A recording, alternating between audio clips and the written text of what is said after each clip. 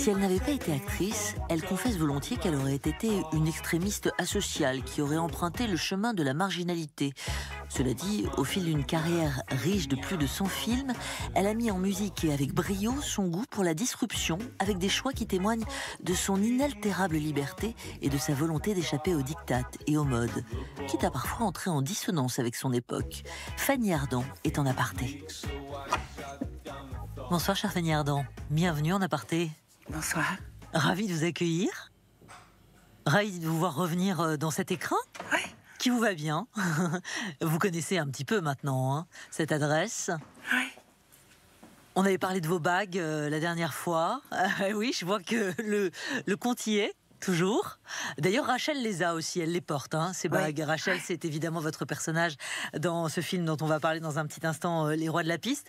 On a garni le buffet, effectivement, le comptoir, de quelques gourmandises, du chocolat, bien sûr, un indispensable, et puis des petites gourmandises italiennes, parce que on s'est dit que vous emmener à Rome, ça pouvait être séduisant. Que belle. Ah oui, c'est la ville de tous les possibles pour vous, Rome. Ça vous correspond? C'est vibrant, exaltant, chaleureux? Oui, et en même temps violent,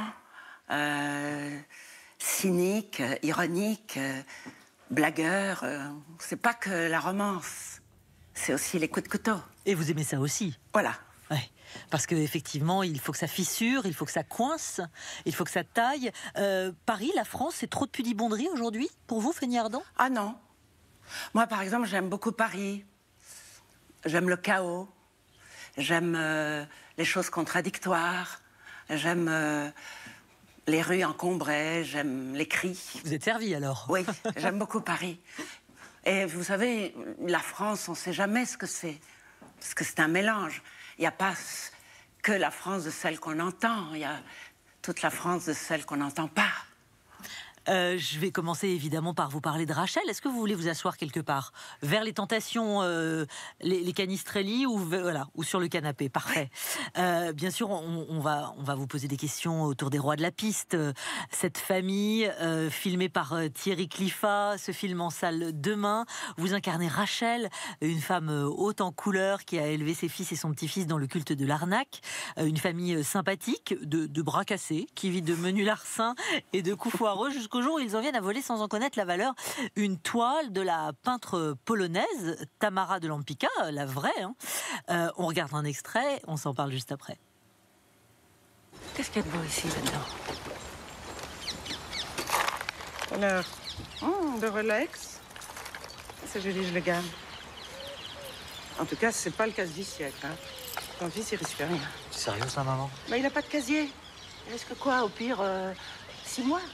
C'est ton petit-fils, bordel! T'as pas de nouvelles de ton frère? Oh, mais qu'est-ce qui t'arrive? Tu vas pas nous faire une crise comme à la mort de papa? Oh! Fais pas la tête! Quoi? Tant qu'on n'en sait pas plus, tu me contactes plus, on se parle plus, tu ne m'appelles plus. Mais de toute façon, j'avais pas l'intention de t'appeler. Et bah tant mieux! Redresse-toi quand tu marches!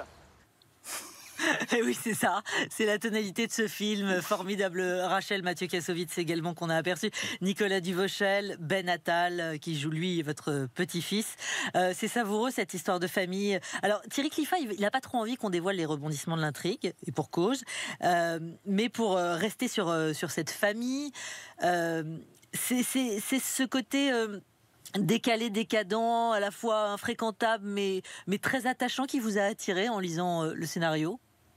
Oui, j'ai aimé le ton. J'ai aimé le ton, justement. J'aime bien les clans. J'aime bien les familles qui sont comme une sorte de petite boule de résistance face à la société. J'aime ce que cette femme... C'était elle, le cerveau. Vous dites bande de bras cassés, mais c'est parce que les fils n'ont pas écouté la mère. Ouais, c'est vrai. C'est vrai que Rachel, elle est tellement charismatique. Non, elle avait tout planifié, ce truc. Et puis voilà qu'ils sont sortis des clous. Donc c'est ça la catastrophe. Et puis j'aime bien qu'elle adore ses fils, qu'elle a une passion pour eux, même si elle est envahissante. Elle est trop, elle exagère, elle étouffe, elle casse. Mais au-delà de tout ça, elle les aime. Elle les aime, c'est un peu une mère louve. Effectivement, ils sont très adultes et pour autant, elle est avec eux tout le temps, partout, y compris un peu dans leurs histoires sentimentales. Elle est foutraque, cette Rachel. Et Thierry Cliffat, qui vous connaît bien, d'ailleurs, c'est pratiquement vous qui lui avez mis le pied à l'étrier pour passer de journaliste à cinéaste. Et vous avez collaboré, bien sûr, souvent ensemble. Il a dit j'avais envie finalement qu'on découvre Fanny Ardant derrière le masque de Rachel. La vraie, elle est là. Bon, c'est vrai que moi j'ai toujours dit que je pouvais jouer que des femmes au cinéma que j'aimais, que je pouvais tout d'un coup pendant 2 mois de ma vie, je pouvais vivre à travers elles. Et c'est vrai que Rachel avait beaucoup de choses que j'aimais, bien sûr qu'on n'a toujours qu'une seule vie, mais que si j'avais eu la possibilité d'avoir plusieurs vies, j'aurais choisi une vie comme celle de Rachel. L'idée de vivre dans un camping-car, de passer sous les radars, d'être en dehors des lois. Et j'aime ensuite de Rachel qu'elle n'est pas avide. C'est plutôt, tu vois, le goût de réussir son coup. C'est pas tellement l'argent, la possession qui l'intéresse. C'est d'être plus intelligente que le système. Et puis la liberté, parce que c'est un peu le fil rouge de votre existence, au fond, Fanny Ardant. J'ai essayé. Vous avez essayé, dites-vous? Oui. Vous n'avez pas le sentiment d'y être parvenu dans vos choix? Si, mais c'est une lutte continuelle. On n'arrive jamais au bout. Et que c'est vrai que je pensais qu'une des grandes richesses de la vie, c'est la liberté. Que c'est ça qui est mis le plus souvent en péril et c'est ça qu'il faut défendre à tout prix. Alors là, effectivement, ce rôle, cette mère, cette grand-mère, et vous dites que l'une des grandes vertus de la vieillesse, c'est l'insolence, Fanny Ardant. Cette insolence, finalement, ce côté disruptif, c'est la meilleure arme contre la quête de la jeunesse éternelle, qui est illusoire, d'ailleurs. Oui. Hein, soyons clairs. Mais que je pense que vous n'avez plus rien à perdre dans la vieillesse. Les jeux sont faits. Donc au lieu de rester bien dans le rang, marcher droit, la tête baissée, suivre la file, c'est le moment de l'insolence puisque vous ne l'aurez plus jamais et qu'il y a moins de choses mises en cause. On est débarrassé des carcans. Voilà, et puis par exemple, quand vous commencez à avoir des enfants, il faut les protéger. Donc quelquefois, on met un diapason à son insolence pour protéger les enfants. Et puis tout d'un coup, quand les enfants sont grands, alors on dit c'est le moment ou jamais. Vous êtes mère de 3 filles, vous, Fanny Ardant, mais aussi grand-mère, effectivement, et vous dites que vous leur apprenez à être singulier, à ne pas avoir peur. Qu'est-ce que ça veut dire exactement? Je pense qu'il faut toujours apprendre aux enfants à réfléchir, que même en allant à l'école, il faut toujours remettre en discussion toute autorité ou tout diktat, qu'il fallait réfléchir par soi-même, qu'il ne fallait pas suivre ce que disaient les journaux, qu'il ne fallait pas suivre forcément tout ce que disait le gouvernement. Donc, d'être un être libre, après, à vos risques et périls, et de savoir que tout se paye, que la liberté a un prix, que c'est quelque chose qu'on arrache et qu'on doit payer. Et ça peut isoler? C'est ce que vous avez pu ressentir, vous, parfois? Mais c'est mieux d'être isolé. Parce que moi, j'ai jamais aimé les groupes. J'ai jamais aimé les partis politiques. Donc, un enfant on doit pas l'élever à avoir la tête penchée dans une file, rentrer dans le rang. Après, bien sûr que c'est les sociétés doivent être régies par des institutions. Je suis quand même pas complètement abrutie, mais il faut qu'il y ait les deux pôles. Il faut que dans une famille, on vous apprend la révolte et que dans l'institution, on vous apprend à obéir. C'est le temps de la révolte aujourd'hui, Fanny Ardant, dans cette société post-MeToo.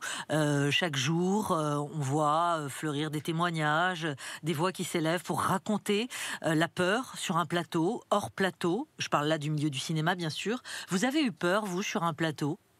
Non, jamais. Jamais ressenti l'idée d'être une proie potentielle? Non, jamais. Parce que moi, je suis de nature violente. Donc moi, je me bats, je frappe. Donc c'est comme si, voilà... Très jeune, j'ai pensé que la vie était un danger, que c'était un combat, qu'il fallait se battre. On vous l'a enseigné, ça, ou c'était intrinsèque? Je crois que c'était intrinsèque. Je crois que j'ai découvert tout. Moi, c'est pour ça que j'aime, même dans notre société, moi, ce que j'ai toujours aimé garder, c'était la dialectique. La conversation, l'opposition des opinions, ouais, de pouvoir convaincre ou d'entendre, ou de changer, ou de... Voyez. Donc, je crois que j'ai acquis ça au fond, dès que je suis arrivée à l'université, parce que c'était le temps de la parole ouverte et de la conversation. Là, c'est le temps de la parole ouverte, la Oui. parole même qui hurle, qui dit haut et fort les choses. Fanny Ardant, c'est salutaire? Je pense que c'est salutaire, mais il faut que la parole soit ouverte à tout le monde. Et la parole doit appartenir à tout le monde. Il ne faut pas qu'une certaine parole fasse naître la peur. Parce que je pense que avoir peur d'être exclu, avoir peur que son film ne sorte pas, avoir peur qu'on ne vous engage plus à cause de vos opinions, ça, c'est très dangereux. Parce que c'est le début d'une société totalitaire. Donc, vive la parole. Tout le monde peut s'exprimer, mais il ne faut pas brimer ceux qui ne pensent pas de la même façon. La liberté version Fanny Ardant, toujours incandescente, toujours ardente, bien sûr. On continue d'en parler, si vous êtes d'accord, Fanny Ardant, en faisant quelques pas vers la baie vitrée. Je vous installe dans le fauteuil un peu plus loin, vers votre gauche. Vous le connaissez. On va regarder ensemble quelques images. Une première image qui nous ramène à une collaboration qui a beaucoup compté pour vous. Regardons. Alors, le moment où vous pourriez prendre la pâtisserie, Fanny, ce serait unique sur François. On peut essayer ça. Alors, je vais aller regarder. Alors, vous prenez la pâtisserie sur François. Et je vais aller regarder ça de la caméra. J'ai commencé ça il y a dès Hiroshima. Enfin, c'est d'avoir des biographies des principaux personnages qu'on puisse discuter avec les comédiens. Et ça permet de trouver des équivalents d'émotions qui ne sont pas évidemment les émotions du personnage rêvé, mais qui correspondent à des émotions que l'acteur peut choisir dans sa propre vie et plaquer sur cette biographie, elle qui est rêvée. Alors ça, de cette façon-là, le metteur en scène et l'acteur savent de quoi ils parlent. Et s'ils ne sont pas d'accord, ils savent sur quoi ils ne sont pas d'accord. Alain Resnais qui exprime à l'occasion de la sortie de La Vie est un roman, première fois de vos 3 collaborations. Un cinéaste qui a compté pour vous, comment l'avez-vous rencontré d'abord?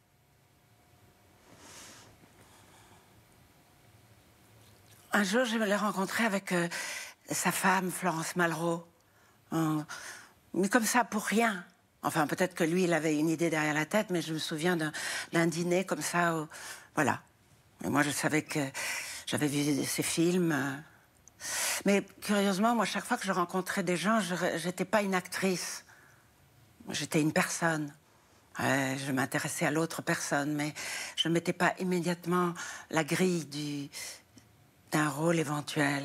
Alors, il y a beaucoup de choses qui vous séparent avec Alain Resnais. En tout cas, le personnage qu'il est, l'homme qu'il est.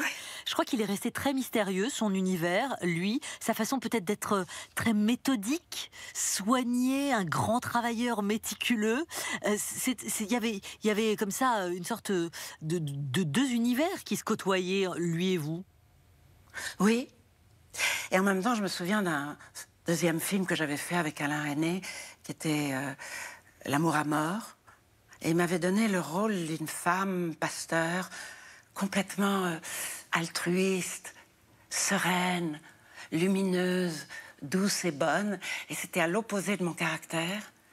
Et dirigé par Alain Resnais, c'était ça ce que je trouvais dans la magie du cinéma. En jouant ce rôle, tout d'un coup, vous perceviez que vous pourriez être cette femme, que vous pourriez changer. On va regarder une autre image. Carmen was a great experience for me. I found the excitement again of making something, of creating. I rediscovered my soul. I had given it away long before. In exchange for what? We've wasted so many good years. Maria, Maybe it's not too late. Tosca, maybe the role I'm still able to perform. But this time, without your tricks. I must be Callas again. But Callas as she is today. Cette femme, ce mythe que vous avez rencontré à plusieurs reprises, hein, Fanny Ardant, embrassé même à plusieurs reprises. Là, on est en 2002. Franco Zeffirelli vous dirige dans Callas Forever, un film dans lequel un producteur propose à la Callas, qui a la voix brisée, d'incarner Carmen avec une voix doublée par ses enregistrements d'autrefois. Ce rôle, en quoi il marque peut-être un tournant fondamental dans votre carrière, peut-être même aussi dans votre intimité, dans votre vie? En fait, souvent, on posait... c'était pas un biopic. En fait, on parlait de Callas, mais on avait inventé une histoire. Donc, c'était encore plus fort, parce que... Pourquoi on racontait cette histoire? On voulait montrer que Callas, au-delà d'être cette chanteuse, c'était l'artiste absolu. C'est-à-dire que la recherche de l'absolu, que toute sa vie, on doit être comme un... C'est comme vous me bandez un arc pour être sûr que vous n'êtes jamais satisfaite. Il y a toujours quelque chose qui ne va pas, que vous n'avez pas atteint, parce que c'est peut-être comme la toison d'or, elle se dérobe à vous.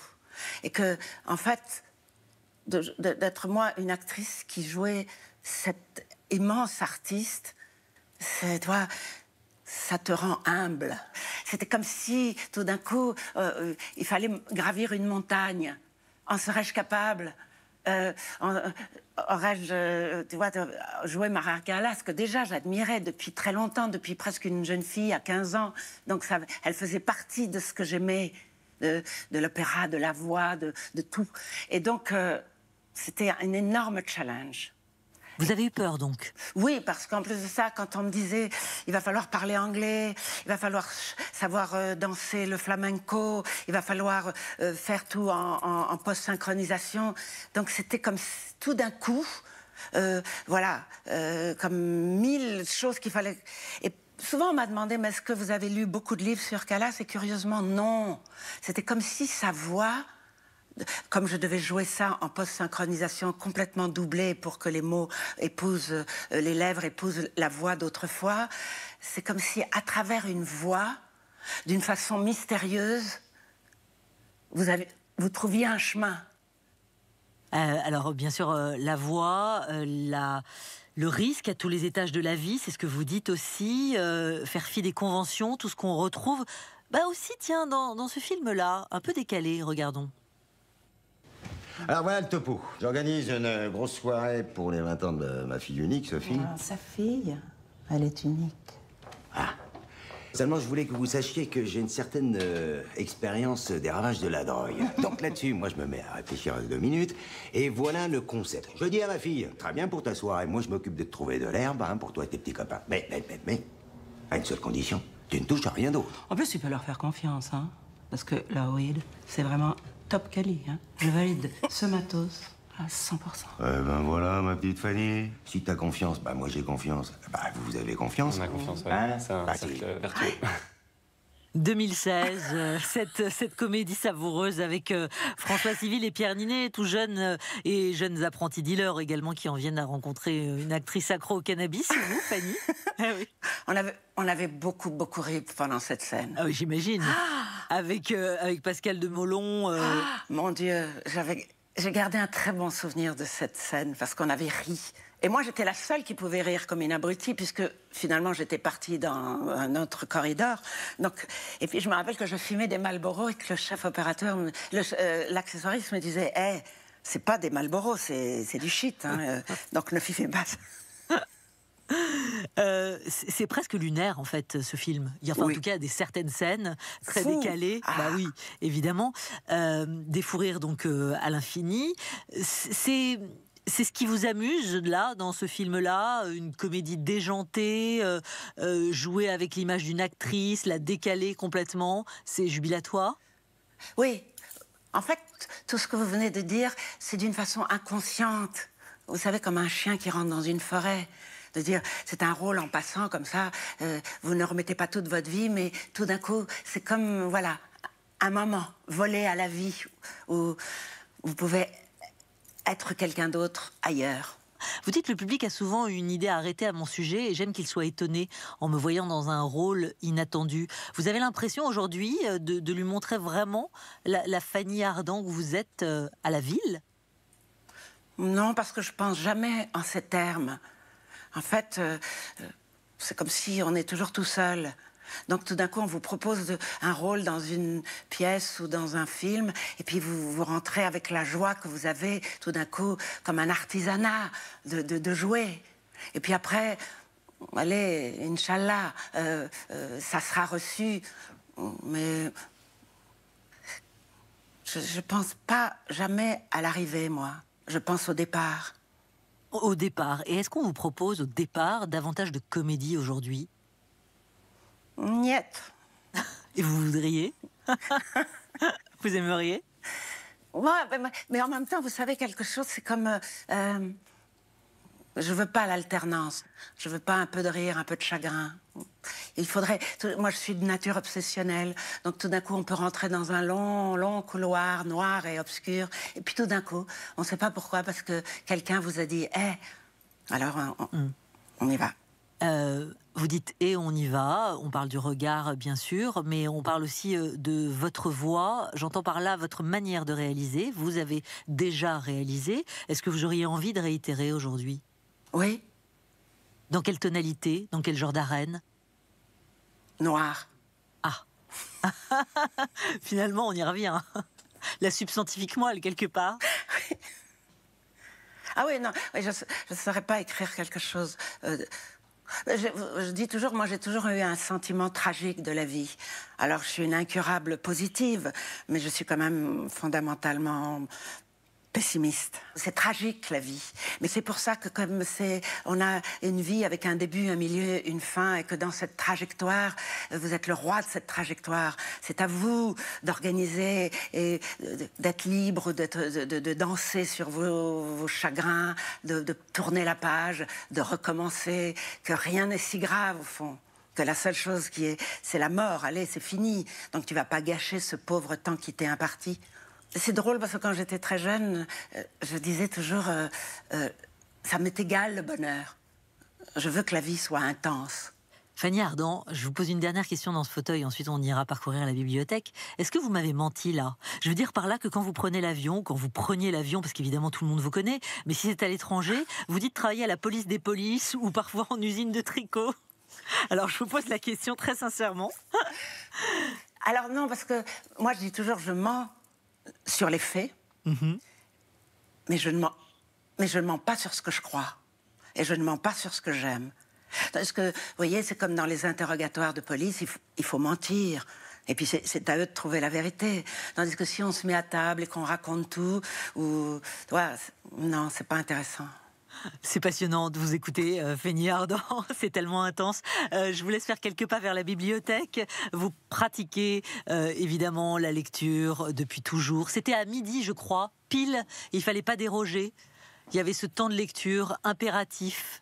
Vous pouvez encore faire quelques pas après la cheminée, vous allez voir, elle est davantage garnie. Vous avez toujours lu infiniment, énormément. Vous êtes une Duracienne, bien sûr, on en avait parlé la saison dernière quand vous étiez venu nous voir. Là, quel livre, par exemple, vous emporteriez avec vous dans ce qu'on vous a proposé, impérativement? Ça. Simone Veil. L'Iliade ou le poème de la force. Ah, c'est fou, je l'avais pas dans cette petite collection. Parce que c'est vrai que moi, très jeune, j'ai lu l'Iliade avec dans des traductions au fur et à mesure que je grandissais. On me disait non, il faut que tu le lises dans cette traduction. Et je ne sais pas, parce que d'une façon obscure, cette histoire me fascinait. Et quand j'ai découvert ce texte, c'est la première fois que je comprenais toutes les lignes de force qu'il fallait tirer de cette histoire. Que c'était pas juste une histoire de fracas, de combats, de meurtres, de victoires, d'échecs. C'était comme si chacun de nous était ramené à sa propre guerre de l'Iliade. Et elle, avec son intelligence, était une helléniste incroyable, et qu'elle écrit ça, je crois, à la veille de la guerre de 40. Elle voit la montée du nazisme. Elle voit tout ce qu'il faut. Et quand elle dit, un des premières choses, c'est elle disait, ne jamais se croire à l'abri du destin, ne jamais admirer la force, ne pas haïr ses ennemis et ne pas mépriser les malheureux. J'avais l'impression que si vous suiviez ces 4 lignes, allez, vous pouviez vivre d'une façon noble. Évidemment, Simone Veil qui résonne encore avec sa pensée et ses écrits. En musique, Fanny Ardant, bien sûr, on vous connaît très éclectique aussi. La dernière fois, vous aviez choisi les Rolling Stones. Qu'est-ce que vous avez envie d'écouter pour conclure cette émission ? Alors, est-ce que vous pouvez... Lucio Battisti. Ah, bah, par exemple, formidable. Oui, par exemple, il y a un titre qui s'appelle Penso a te. Ah, mais bien sûr, indémodable. Voilà. J'adhère à 2000%. Je vous laisse le mettre, Fanny Ardant, vous voulez bien ? Oui. Je vous guide, bien sûr. Alors, c'est sur la plage numéro 1 ou sur la... Voilà. Vous pouvez, voilà, passer en 33 tours à gauche. Voilà, directement.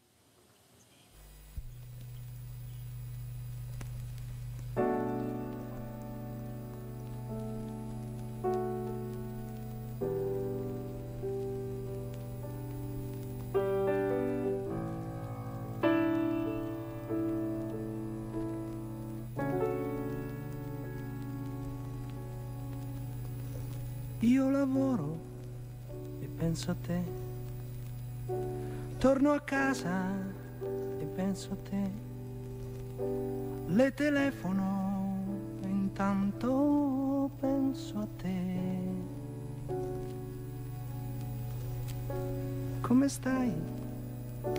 E penso a te. Dove andiamo? J'ai du mal à interrompre Lucio Battisti, bien sûr. Cette voix d'Il Grande Lucio, icône de la musique italienne. On était à Rome pour démarrer cette émission. On conclut avec cette voix et avec vous, Fanny Ardant, à qui on a envie de remettre un petit cadeau. Alors, quelques fleurs que vous apercevez et un petit paquet.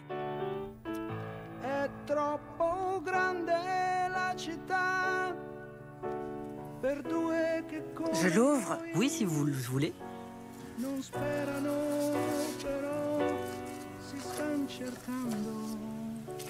Une artiste que vous affectionnez, je crois. J'adore. Nan Goldin. This Will Not End Well. Cette compilation du travail de cette artiste parue en 2022. Ses photos de ses proches, les photos de son intimité. On peut dire qu'elle a fait de sa vie, de son entourage, son œuvre.